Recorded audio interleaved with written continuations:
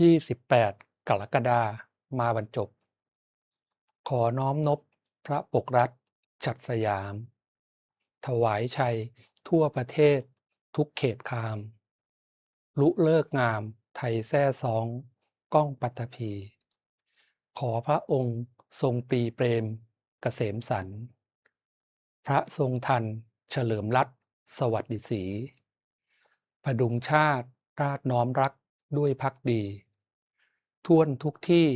เทิดพระองค์ทรงพระเจริญด้วยเกล้าวด้วยกระหม่อมขอเดชะข้าพระพุทธเจ้านายธีรพงษ์ชัยราชโยธาธิการและผังเมืองจังหวัดยโสธรพร้อมด้วยข้าราชการและเจ้าหน้าที่สำนักงานโยธาธิการและผังเมืองจังหวัดยโสธร